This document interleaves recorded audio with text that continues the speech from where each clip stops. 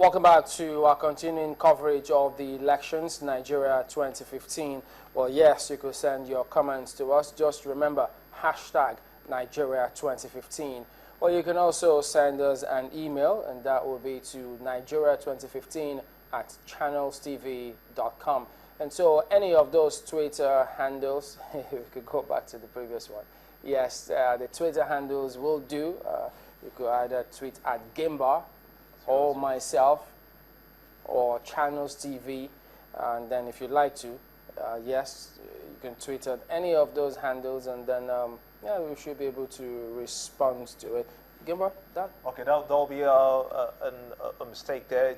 It's at Gimba003. You might want to tweet at me, and we'll be able to read your tweets right here on the show live, and Shimberlin as well. And then you can also visit us and make contributions at m.channelstv.com. Yes, you can watch us there live from anywhere you are in the world using your mobile devices on our iOS and Windows platforms. Of course, you can also get more information of how to go about this. It's quite easy. Just get your device, hit on it, and swipe if you have to reveal the eyewitness feature if you want to be part of our eyewitness feature device, application that we have, just so that you can share some of those pictures you have already been sharing.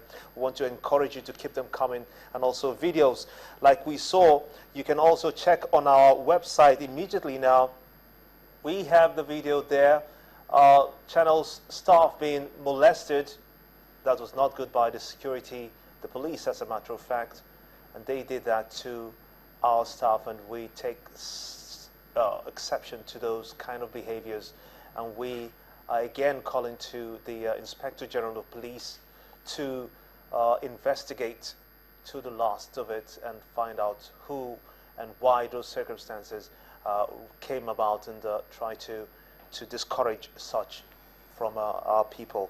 Yeah, and don't forget those emergency numbers that the Office of the National Security Advisor has provided for you to send any information whatsoever about anything you suspect is going on where you are. It's a security calling and report communication platform.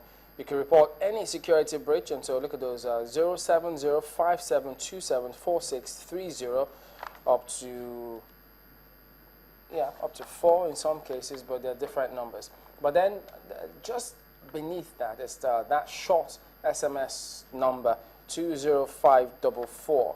20544. You can just text any information you find may be useful to the authorities. They'll be glad to receive them from you. And this is what we know so far. 9 local government areas in Jos, the Plateau State area there, are still expecting their results to come out.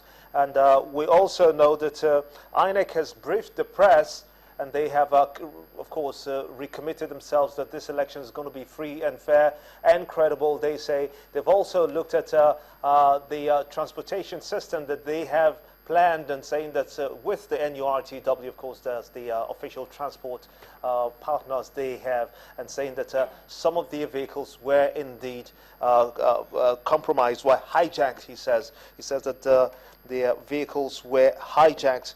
But he again says that the performance this year, 2015, is much better than what we saw in 2011. Well, that's right.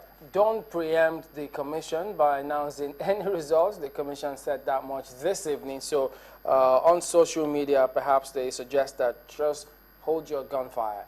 They will to give general information about voters. Where do you see technology taking us next in our democratic growth?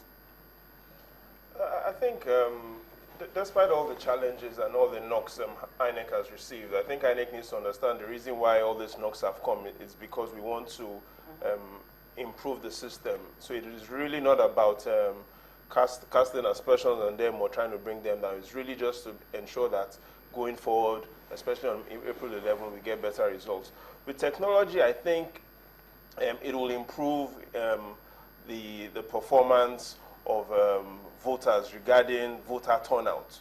So I think we will see more youths getting more confidence in the system, and going forward it will improve, technology will enable us to improve youth participation in elections. I also think it will reduce the previously high level incidents of rigging and electoral malpractice. I think technology also allows us to easily identify areas where malpractices occurred. So clearly, for instance, one way is we can have more voters than those that have been accredited, which is significantly a huge step. So if we have only 100 accredited voters, we cannot have more than 100 voters at that polling unit. So that will also totally change the dynamics. And I think INEC hasn't done a good enough job to really enable people to understand that this time around, the total number of votes will never be higher than the total number of accredited voters. And I think that is something that is quite useful in this election. And the other part is that at the end of the day, in terms of where is all this taking us to, there are those who think that the voter may just have some spring in his steps because politicians will begin to have to take them seriously now. Definitely, definitely. I feel that INEC, like we say, we commend them. We are all Nigerians. It's our business. It's not just INEC's tough. But this is the question. In the days to come, in the years to come, whoever takes over INEC cannot be sleeping. We don't have to do fire brigade at every point in time. We need to be more organized as a people. And like we say, have proper data. Because the reality is that who is really a Nigerian? How did you identify the person at the registration center that he or she was truly a Nigerian?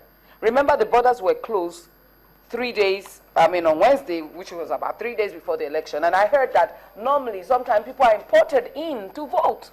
And I was quite shocked. But this is the question. The integrity of us as a people must be put on a spot. You see, we're people who are fluid, want to escape processes, want to escape system. We have to stop. You're talking about technology, which now means the woman in the village has to know how to use it. And someone said, can the woman in the village actually use technology? And I told a friend of mine, I said, yes, because when the mobile phones began to go into the villages, the women in the villages began to know how to use the mobile phone. So what are we taking away from this now? Education? Yes, voters' education, critical, not at a dying moment when the tension is high. You don't understand, this election, a lot of people are not hearing. Take, for example, the INEC man at the does like this. He said, when you vote, fold your paper this way. Because if you fold it this way, your thumbprint will be multiplied on another party and it will be invalid. But we had a lot of invalid votes. People still didn't get it because at that point of tension, people are not ready to learn. So we need it to become our part of our culture, whatever system we want to use in the days to come. An average American, 2016, already they know what system they're going to use. The schools are already being taught, the universities especially, 18 and above. You know what is going to happen.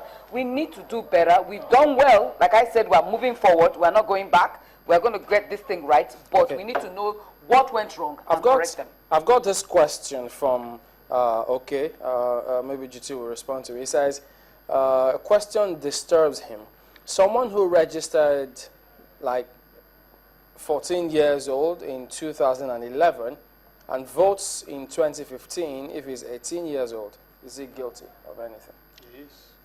Because the entry point, there's a Latin maxim that says, "Estoppi causa, not to racial action." No action can arise from a base cause. As at the time of that registration, that person was underaged. So the fact that he's now grown up to meet the age is of no consequence. So because that card is the authorization that allows him to vote.